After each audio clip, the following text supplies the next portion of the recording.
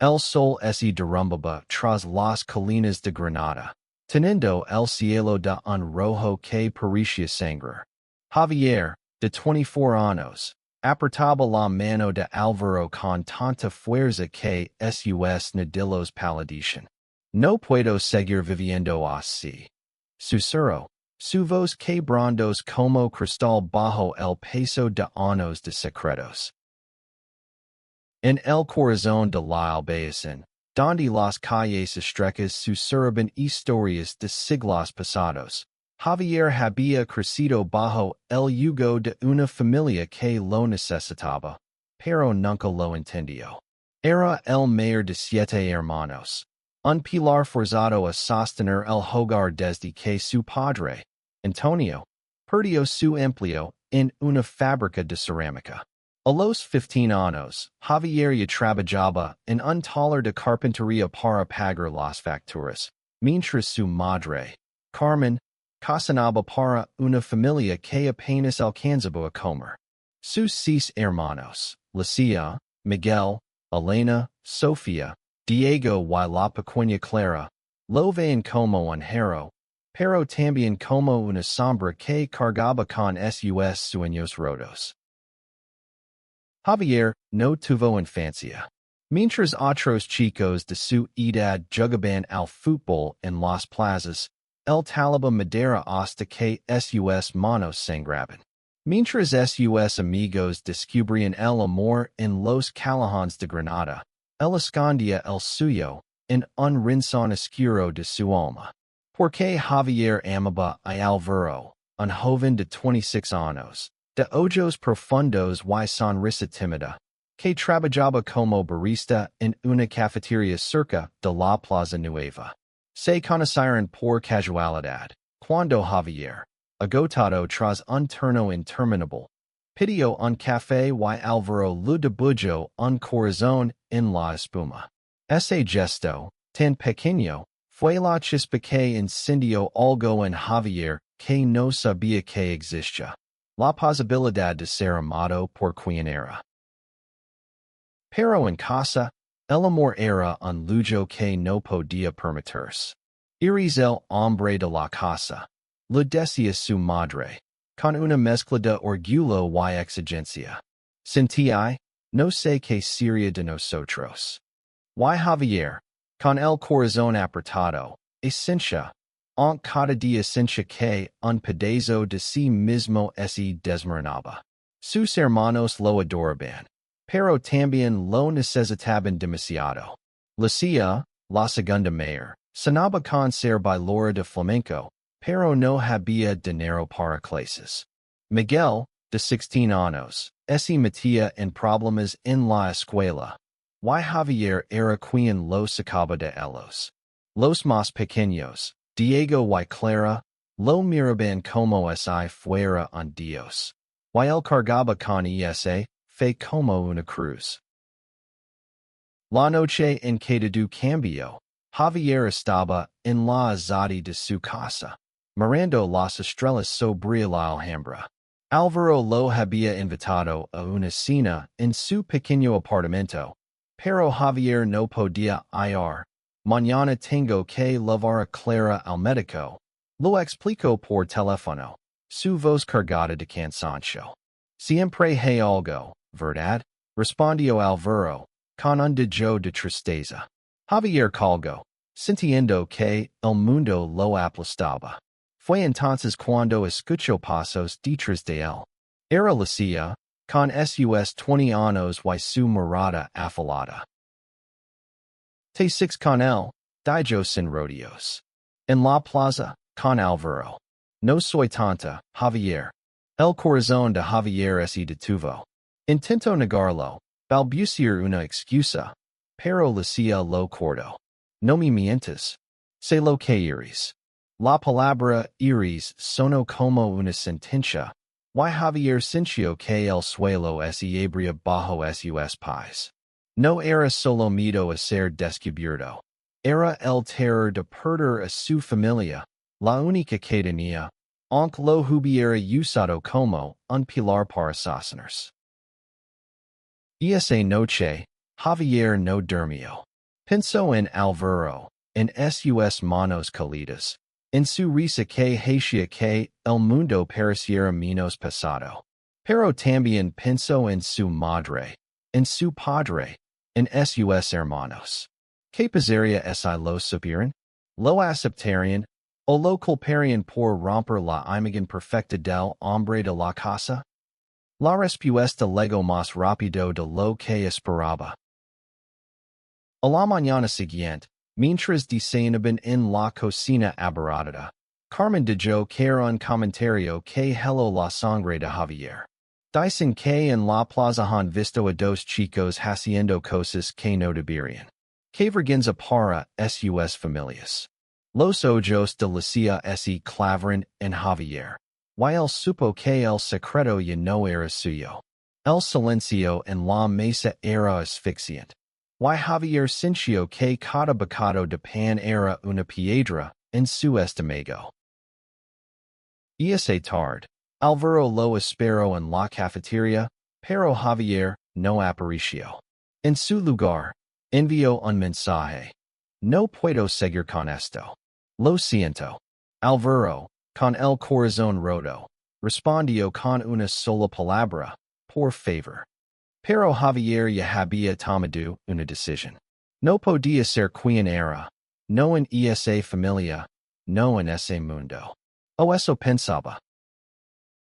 El eco de las campanas de la Catedral de Granada resonaba en los oídos de Javier mientras caminaba sin rumbo por las calles empedradas. Había apagado su teléfono, incapaz de soportar otro mensaje de Álvaro Rogandol que hablara. Cada paso era un intento de huir de sí mismo, pero el peso de su decisión lo perseguía como una sombra. En casa, la tensión crecía como una tormenta silenciosa. Lucia no había dicho nada más, pero sus miradas eran dagas. Javier intentaba actuar como si nada hubiera pasado, llevando a Clara al médico, ayudando a Diego con sus tareas, escuchando las quejas de Miguel sobre la escuela.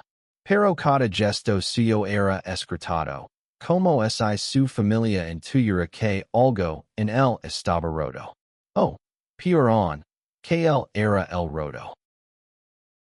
Una noche, mientras fregaba los platos, Carmen lo llamó a la sala.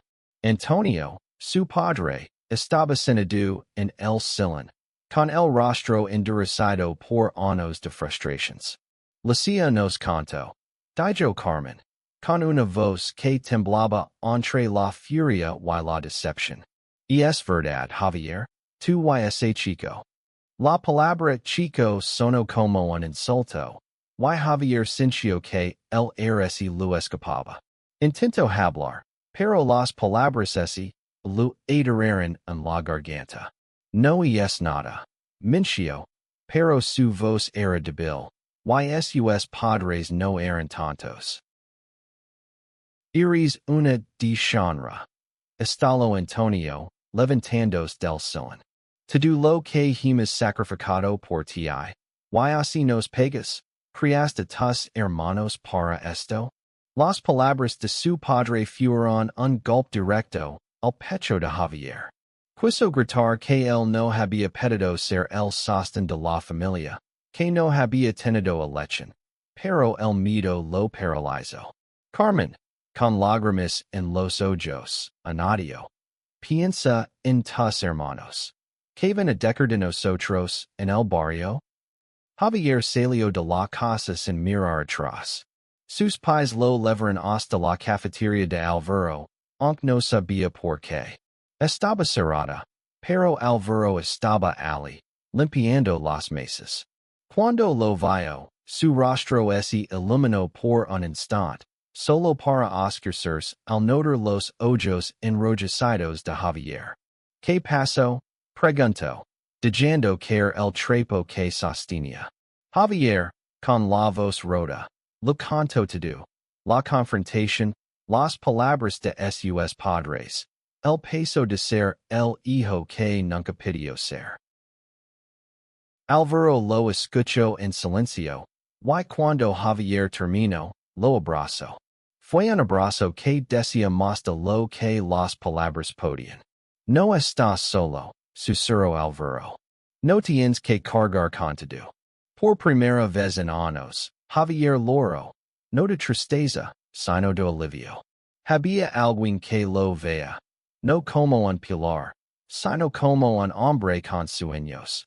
Mitos y un corazón que latía por amor. Los días siguientes fueron un torbellino. Javier intentó mantener la paz en casa, pero la frialdad de sus padres era insoportable. Lucia, en un acto inesperado, se acercó a él una noche y le pidió perdón. No quería hacer daño. Dijo, con lágrimas en los ojos. Solo no entiendo cómo puede ser así y seguir siendo mi hermano. Javier no supo qué responder, pero sus palabras le dieron una chispa de esperanza. Tal vez no todos en su familia lo requisieran. Mientras tanto, Alvaro lo convenció de unirse a un grupo de apoyo para jóvenes LGBT en Granada. Al principio, Javier se resistió. No soy de esos que van a reuniones, dijo, pero Alvaro insistió. En el grupo, Javier conoció a personas como él, hombres y mujeres que habían enfrentado el rechazo, pero también habían encontrado fuerza en su verdad.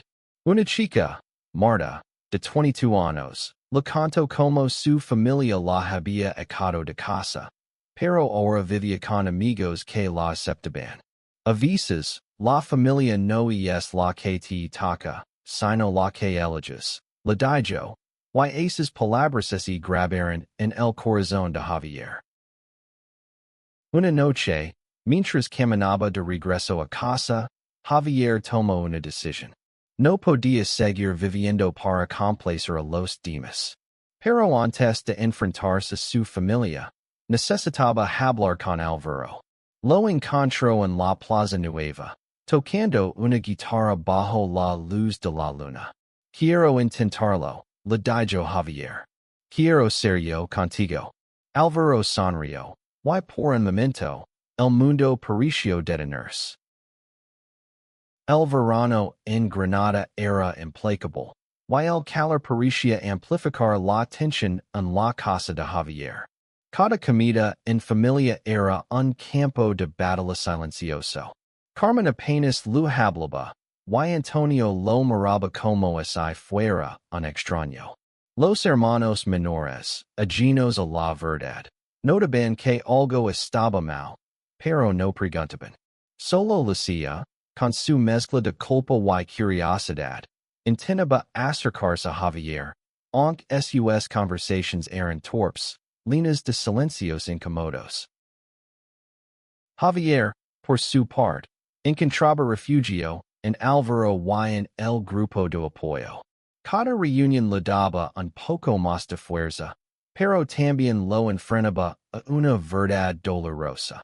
No podía seguir viviendo bajo el techo de una familia que lo culpaba por ser quien era. Una noche, mientras compartía una cerveza con Alvaro en un bar escondido de la Albayazón, lo confesó su miedo más profundo.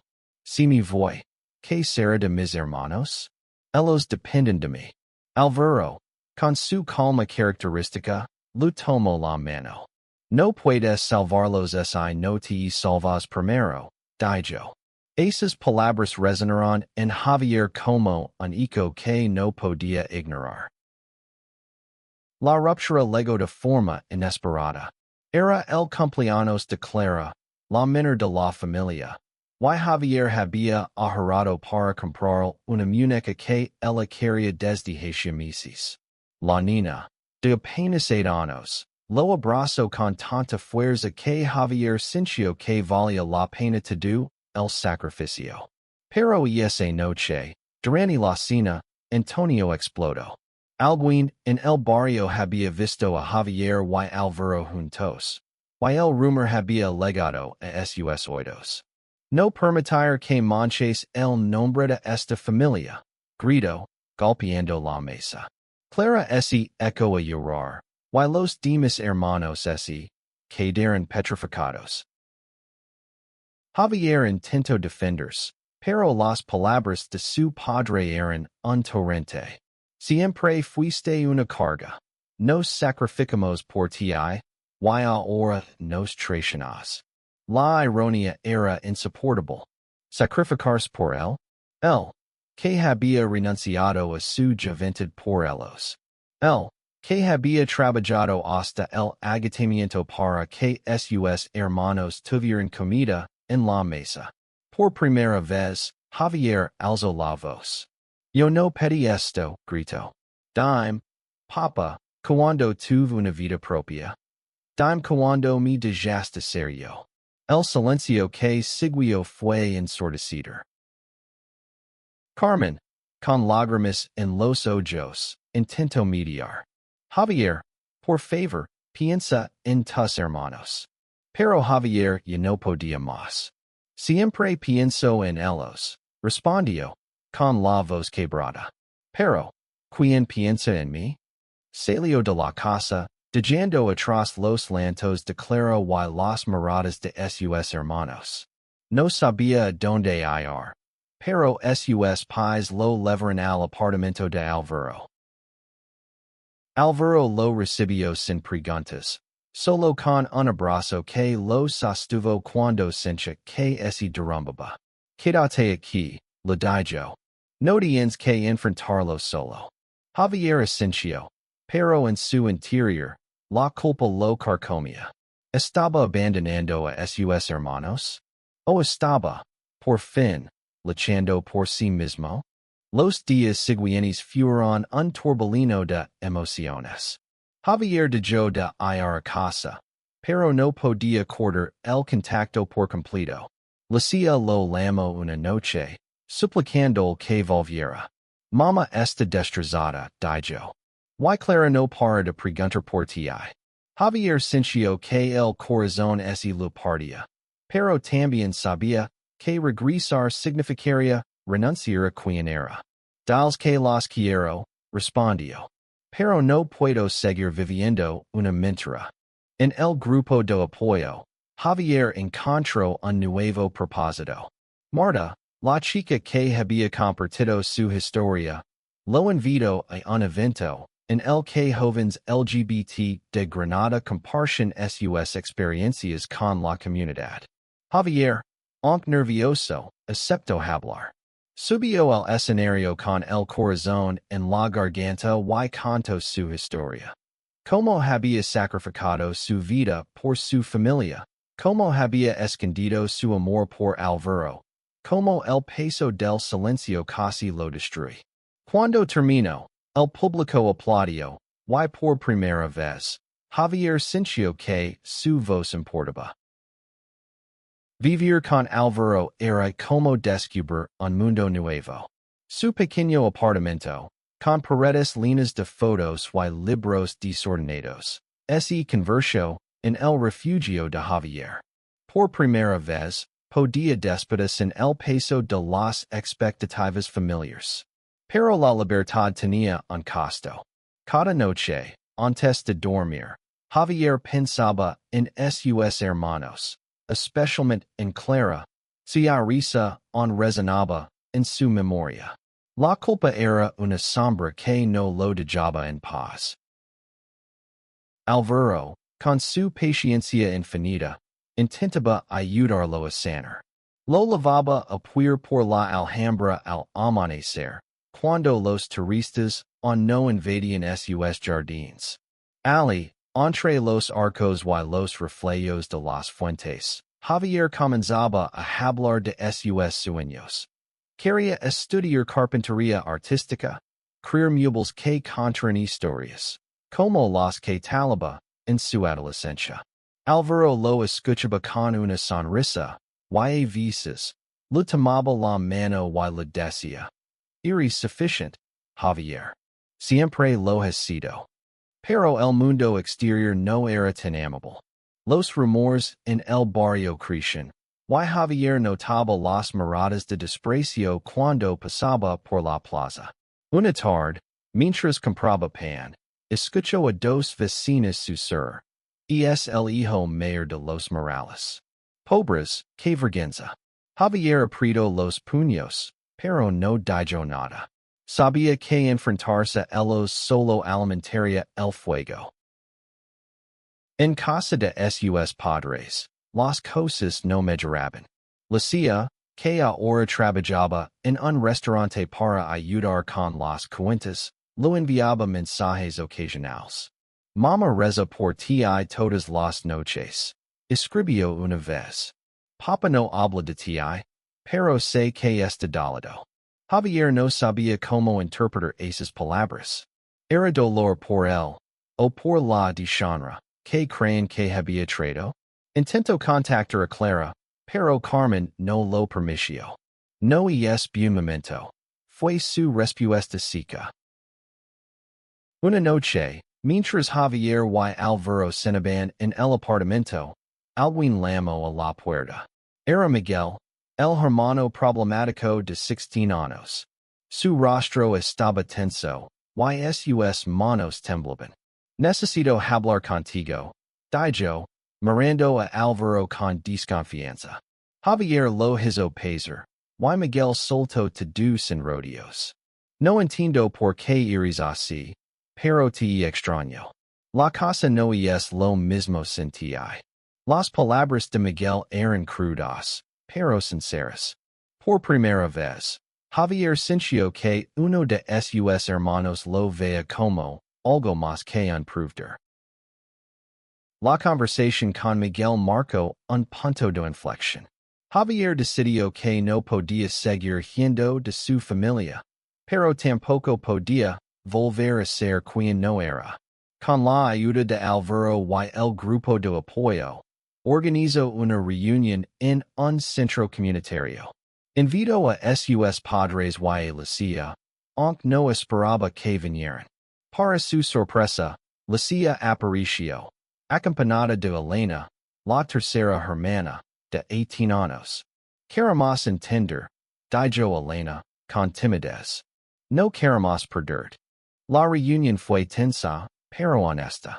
Javier habló desde el corazón, explicando cómo había cargado con la familia desde niño, cómo había escondido su amor por Alvaro para no decepcionarlos, cómo el rechazo de sus padres lo había roto. Lucia lloró, y Elena lo abrazó. No sabía que te sientes así, dijo Lucia. Pensé que eras fuerte, que no necesitabas nada. Javier sonrió con amargura. Todos necesitamos algo, respondió. Aunque sus padres no asistieron, la presencia de sus hermanas fue un pequeño rayo de esperanza. Javier comenzó a reconstruir su relación con ellas, poco a poco. Alvaro, siempre a su lado, le recordaba que el cambio lleva tiempo. No puedes forzar el amor, pero puedes mostrarles quien eres, lo decía. Una tarde, mientras caminaban por el paseo de los tristes, Javier vio a Clara llegando con otros niños. Corrió hacia ella, ignorando las miradas de los vecinos. Clara lo abrazó con fuerza. Como si nada hubiera cambiado. ¿Por qué no vienes a casa? Preguntó, con su inocencia intacta. Javier, con lágrimas en los ojos, le prometió que pronto encontrarían la manera. El otoño llegó a Granada con un aire fresco que aliviaba el calor, pero no la tormenta interna de Javier. Aunque había recuperado algo de su relación con Lucia y Elena, el silencio de sus padres era un vacío que dolía más que sus palabras. Cada noche, mientras compartía la cama con Alvaro, cenaba con una reconciliación que parecía imposible. Pero también cenaba con una vida propia, una en la que no tuviera que elegir entre su familia y su amor. Alvaro, siempre el optimista, lo empujaba a seguir adelante. No puedes cambiar a tus padres, pero puedes cambiar como te ven, lo decía. Inspirado por esas palabras, Javier decidió inscribirse en un caso de carpintería artística. Era un paso pequeño, pero para él significaba reclamar un pedazo de su vida que lo habían arrebatado. Cada mubel que talaba era una declaración de su existencia, una forma de decir, estoy aquí, y soy suficiente. En el grupo de apoyo, Javier se convirtió en una voz líder. Organizaba eventos para visibilizar las historias de la comunidad LGBT en Granada, desde noches de polla hasta charlas en escuelas. Una de esas noches, mientras leía un poema que había escrito sobre Álvaro, notó una figura familiar en la audiencia. Carmen, su madre, estaba sola, con el rostro tenso, pero allí estaba. Cuando Javier terminó, ella se acercó, titubeante. No entiendo tu mundo, dijo, con la voz temblorosa. Pero no quiero perderte. Fue un paso pequeño, pero para Javier, fue como si el mundo entero se abriera. Sin embargo, Antonio seguía siendo un muro infranqueable. Cada vez que Javier intentaba hablar con él, recibía un granido o un silencio cortante. Una tarde, mientras visitaba a Clara en la escuela, se encontró con su padre en la puerta. No te quiero cerca de ella, dijo Antonio, con los ojos llenos de rabia. No vas a corromperla. Javier, herido pero decidido, respondió con calma. No estoy aquí para corromper a nadie. Solo quiero ser su hermano. Antonio no respondió, pero por un instante, Javier vio un destello de duda en sus ojos. La relación con sus hermanos menores comenzó a florecer. Diego, de 14 años, lo confesó que había defendido a Javier en la escuela cuando un compañero lo llamó maricón. No me importa lo que digan, dijo Diego, con una madurez que sorprendió a Javier. Eres mi hermano. Clara, por su parte, seguía siendo su mayor alegría. Cada vez que la veía, le traía pequeños regalos. Un dibujo, una flor, un recuerdo de los días en que él era su héroe. Álvaro, mientras tanto, planeaba algo especial. Una noche, llevó a Javier a la azotea de su apartamento, donde había preparado una cena bajo las estrellas. Allí, con la alhambra iluminada a lo lejos, Álvaro se arrodilló y le pidió que fueran compañeros de vida. No tenemos anhelos, hay promesas grandiosas, dijo, con una sonrisa tímida. Solo quiero construir una vida contigo. Javier, con lágrimas en los ojos, aceptó. Fue un momento de pura felicidad, un oasis en medio de la tormenta. Pero la paz no duró. Una semana después, Javier recibió una llamada de Lucia. Papa está en el hospital, dijo, con la voz quebrada. Tuvo un infarto. El mundo de Javier se detuvo. A pesar de todo, Antonio era su padre, y el miedo a perderlo lo golpeó con fuerza. Corrió al hospital, donde encontró a su familia reunida. Carmen lo abrazó, y por primera vez en meses, no hubo reproches. Solo miedo compartido. El hospital olía a desinfectant y miedo. Javier se sentó en una silla de plástico en la sala de espera, con el corazón latiendo al ritmo de los pitidos de las máquinas. Sus hermanos estaban allí, cada uno lidiando con la incertidumbre a su manera. Lucia organizando a los más pequeños, Elena escribiendo en un cuaderno, Miguel mirando al vacío. Carmen, agitada, sostenía la mano de Clara, que no paraba de preguntar. ¿Papa vaya a estar bien? Cuando el médico salió, anunció que Antonio estaba estable, pero necesitaría reposo y cambios en su vida. El estrés no ayuda, dijo, mirando a la familia. Javier sintió una punzada de culpa. había contribuido a las esters? Pero Alvaro, que había legado al hospital para apoyarlo, lo apretó la mano. No eres responsable de sus decisions, susurró. Esa noche, Javier se quedó en el hospital, aunque Antonio no quería verlo. Carmen, en un momento de vulnerabilidad, le confesó algo que lo dejó helado. Tu padre siempre quiso ser como tú, dijo. Fuerte, capaz de sostener a todos. Pero nunca supo cómo decirlo. Esas palabras abrieron una grita en la armadura de Javier. Por primera vez, vio a su padre no como un juez, sino como un hombre atrapado en sus propios miedos. Días después, Antonio fue dado de alta, y Javier decidió enfrentarlo. Fue a la casa familiar, con Alvaro esperando afuera. Necesito que hagas las paces con él, lo había dicho Alvaro. No por él, sino por ti. Javier entró en la sala, donde Antonio estaba sentado, más frágil de lo que nunca lo había visto. Papa, comenzó, con la voz temblorosa. No quiero que me odies. Pero no voy a dejar de ser quien soy. Antonio lo miró en silencio, y por un momento, Javier pensó que no diría nada. Pero entonces, con una voz que apenas se escuchaba, dijo, nunca te odié.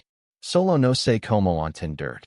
Fue lo más cercano a una disculpa que Javier había recibido.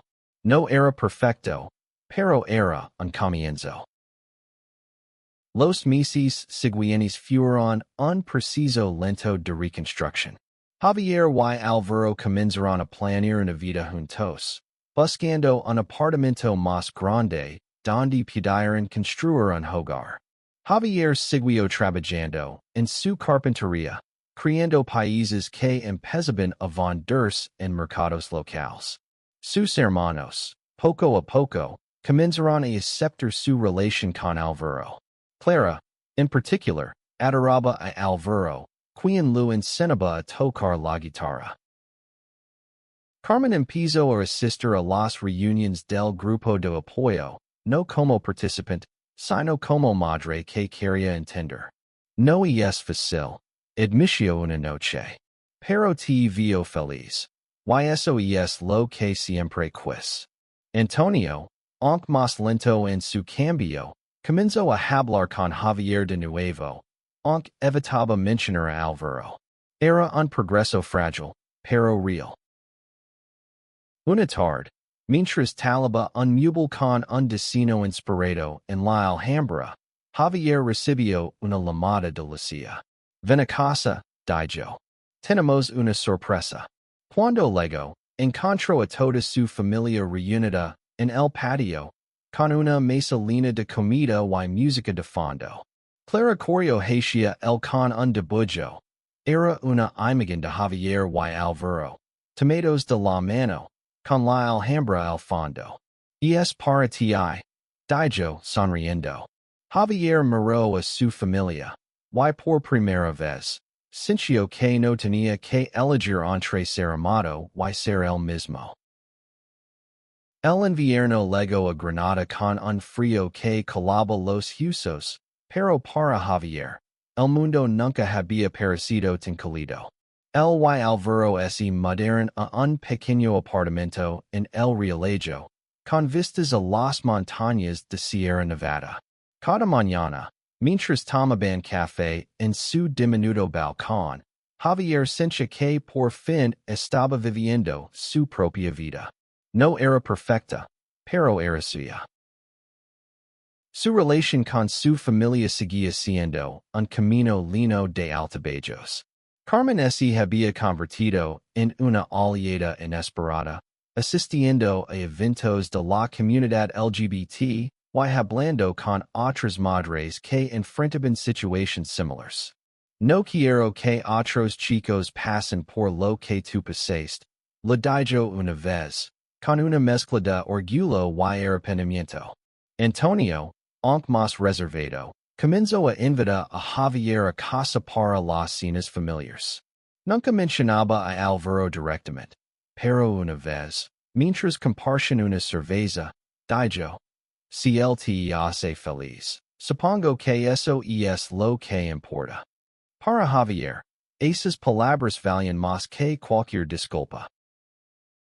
Los hermanos de Javier, cada uno a su manera, encontrarán su lugar en esta nueva realidad. Lucia, que ahora sonaba con abrir su propia escuela de flamenco, le pidió a Javier que diseñara los muebles para su futuro estudio. Elena se unió al grupo de apoyo, no porque fuera LGBT, sino porque quería entender el mundo de su hermano. Miguel, siempre el rebelde, sorprendió a todos cuando defendió a una pareja gay en su escuela, diciendo, si mi hermano puede ser valiente, yo también. Diego y Sofía, los medianos, seguían su vida, pero nunca dejaron de admirar a Javier. Y Clara, la pequeña, se convirtió en la mayor defensora de Alvaro, insistiendo en que tocara la guitarra en cada reunión familiar. Javier y Alvaro comenzaron a planear una boda sencilla, no porque necesitaran un papel, sino porque querían celebrar su amor con las personas que los aceptaban. La ceremonia se llevó a cabo en una plaza pequeña cerca de la Alhambra, con vistas al Generalife. Lucia bailó un fandango en honor a ellos, y Clara llevó los anillos, que eran dos simples bandas de madera taladas por Javier. Carmen loro durante toda la ceremonia, y aunque Antonio no asistió, envió un mensaje. Será de mi hijo. Era suficiente. El trabajo de Javier en la carpintería artística comenzó a ganar reconocimiento. Una galería local expuso sus muebles, y pronto recibió encargos de toda Andalucía. Cada país que criaba lavaba un pedazo de su historia. Las cavas de la Alhambra, los colores del atardecer granadino, la fuerza de un hombre que había aprendido a amarse a sí mismo. Alvaro, por su parte, abrió una pequeña cafetería con un rincón dedicado a artistas locales, donde Javier exponía sus creaciones. Una noche, mientras caminaban por las calles empedradas del Albayazín, Javier se detuvo frente a la casa donde creció. La luz de la cocina estaba encendida, y podía imaginar a su familia reunida, riendo, discutiendo, viviendo.